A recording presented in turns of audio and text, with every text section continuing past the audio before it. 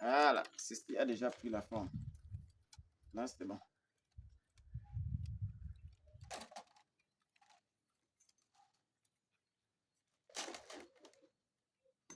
Ça a déjà pris la forme. Ok. Ah, le village. Les gens font comment pour fuir le village? Les gens font comment pour fuir le village? Oh là là.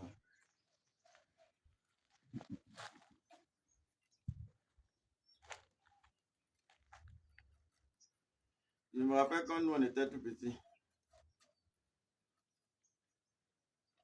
Le grand notable, quand on était tout petits, on nous envoyait nous laver. On peut laver seulement le ventre. On lave le ventre, on laisse le dos. Quand on passe au salon devant le père, il dit que, Laurent, tu dis que tu t'es lavé. Il dit que oui, je me suis lavé parce qu'elle avait le caleçon. Alors qu'il avait seulement lavé le ventre, il a changé le caleçon. Mais le village est bien, hein. Le village est bien.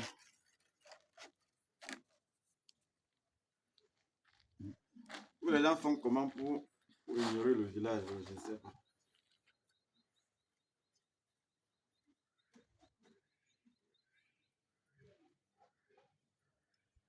Voilà.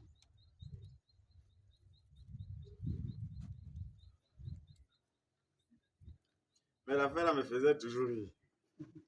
Et le père, tu sais que le père était tellement attentif, non? Parce que quand on partait se laver, il s'asseyait tout au salon. Il savait qu'on jonglait. L'eau était glacée, mon ami. L'eau était glacée, un genre. Tu dis au père que je n'ai pas me laver. Il dit que, Laurent, on dit que Laurent là-bas. Tu te laves? Lave-toi, tu peux apprendre. Tu peux étudier. Voilà ça que me lève et dit que pas me laver. Je porte l'eau, je vais essayer. Je prends 10 litres d'eau. Je prends 10 litres d'eau. Je pars à la douche. Je vais sur ce un peu. Le reste d'eau, je lave mon ventre avec. Et je change de caleçon. Quand tu passes devant le père au salon. Et dit comment tu t'es lavé? Tu dis que oui, papa, il me suis lavé. Et dit que regarde ton dos. Le dos est sec. Le ventre est mouillé. Ouais. Tu passes devant lui avec le dos sec. Le ventre est mouillé. Ah, vraiment, le village. Le village. Quand j'arrive au village comme ça, là, non, moi, je me sens bien. Hein. Je me sens bien. Donc, vraiment, n'oubliez jamais d'où vous venez. C'est très important. Parce que c'est au village comme ça, là, que vous ressentez la vie. En ville, il n'y a pas la vie. Hein. Il n'y a pas la vie. Déjà, même avec la chaleur des doigts, là, tu discutes l'oxygène avec les voisins. Tu vas d'abord prendre la fraîcheur. Le voisin respire, te donne un peu. Tu respires un peu, là, il prend aussi, récupère, il respire un peu, il t'envoie.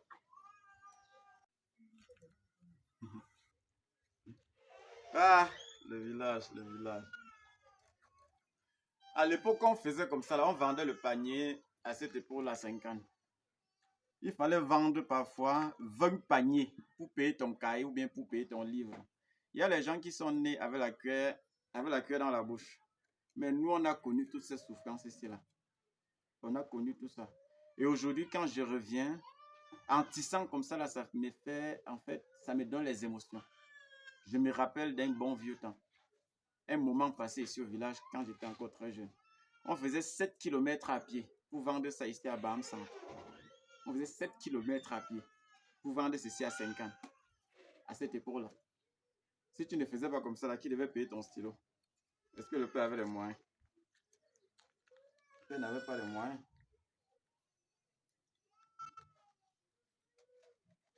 C'est pour ça que tous ceux qui ont la chance de naître dans une famille où il y a déjà l'abondance, là, remerciez beaucoup les parents.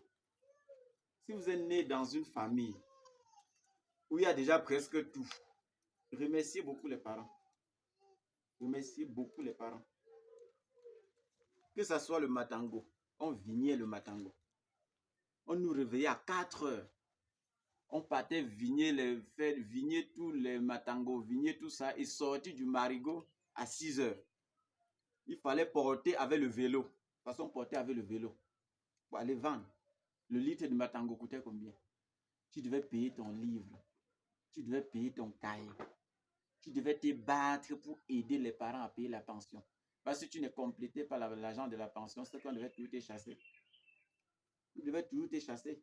Il fallait trouver des stratégies pour aider les parents à compléter l'argent de la pension. C'est pour ça qu'on a appris tellement de stratégies depuis le bas âge.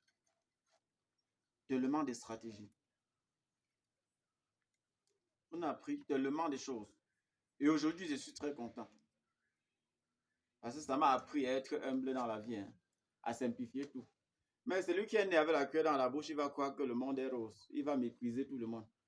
Aujourd'hui, ça m'a donné en fait un sens de l'amour.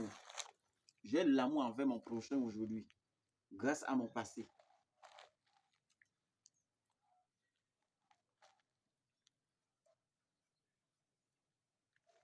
Voici les paniers.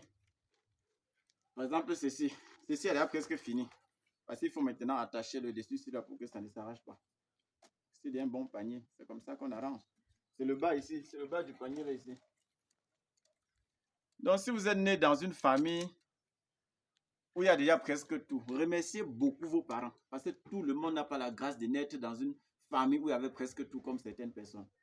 Moi, je suis né dans une famille où c'était la galère. Ce n'était pas facile. Donc, vraiment, c'est Dr Laurent, vos techniciens des plans. Ici, là, je viens de temps en temps me ressourcer. Parce que je sais d'où je viens.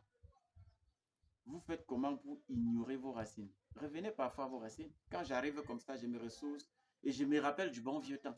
Je me rappelle de ces paniers-ci là que je faisais quand j'étais encore jeune. Je me rappelle de tout ça. Ce n'est pas parce qu'aujourd'hui je suis véhiculé, aujourd'hui je peux manger un bœuf, aujourd'hui on peut dire que je peux dire que je suis un peu aisé, que je dois oublier d'où je viens. Non, n'oubliez jamais. N'oubliez jamais d'où vous venez.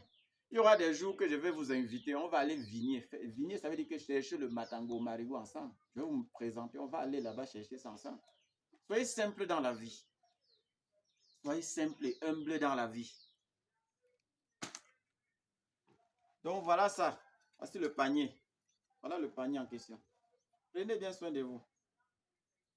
Et faites tout intelligemment. Ce n'est pas parce qu'on est venu avec des trucs modernes que vous allez oublier d'où vous venez. Vous êtes venu de quelque part. Je vois des gens aujourd'hui, quand tu dis que ton arrière-grand-père, c'est qui ne connaît pas, mais il connaît l'arrière-grand-père de Jésus. Je vous dis la vérité. J'ai posé la question à un type là, que ton arrière-grand-père, c'est qui ne connaît pas. Mais il connaît le jour de naissance de Jésus. Il connaît tous ceux qui ont massacré Jésus. Il connaît tous ceux. Je n'ai rien contre ces gens-là. Mais même si tu crois en Allah, Jésus, même si tu crois en Jéhovah, tu sors de quelque part. N'oublie pas d'où tu viens. Pas de temps en temps dans ton village. Même pour t'asseoir comme ça là pour rien. Là même Dieu sera content. Même ton Jéhovah sera content. Parce qu'il sait que tu sors de quelque part avant de louer Jéhovah. Tu sors de quelque part avant de louer Jésus. Tu sors de quelque part avant de louer, je ne sais pas, ou Allah, ou je ne connais pas. Tu sors de quelque part. N'oubliez jamais. Les épaules qu'on fait tous les jours comme ça, là, ça sert à quoi? Le monde est si simple, vraiment, je ne sais pas pourquoi certaines personnes compliquent.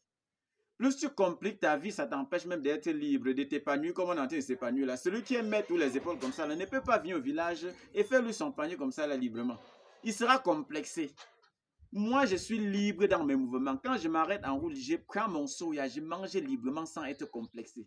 Mais celui qui a déjà commencé avec les épaules comme ça ne peut pas manger ses soins en route. Il ne peut pas manger son tourne d'eau librement parce qu'il est condamné. Vous vous condamnez pourquoi? C'est quoi l'argent vous monte parfois? L'argent vous monte parfois par la tête. Vous minimisez, vous insultez, vous rabaissez vos frères. Oh là là, prenez bien soin de vous. C'est votre technicien des plans, Dr Laurent. Que le Seigneur nous bénisse. Avec nous. Tout ira bien. Ciao, ciao. Je continue de faire mes paniers.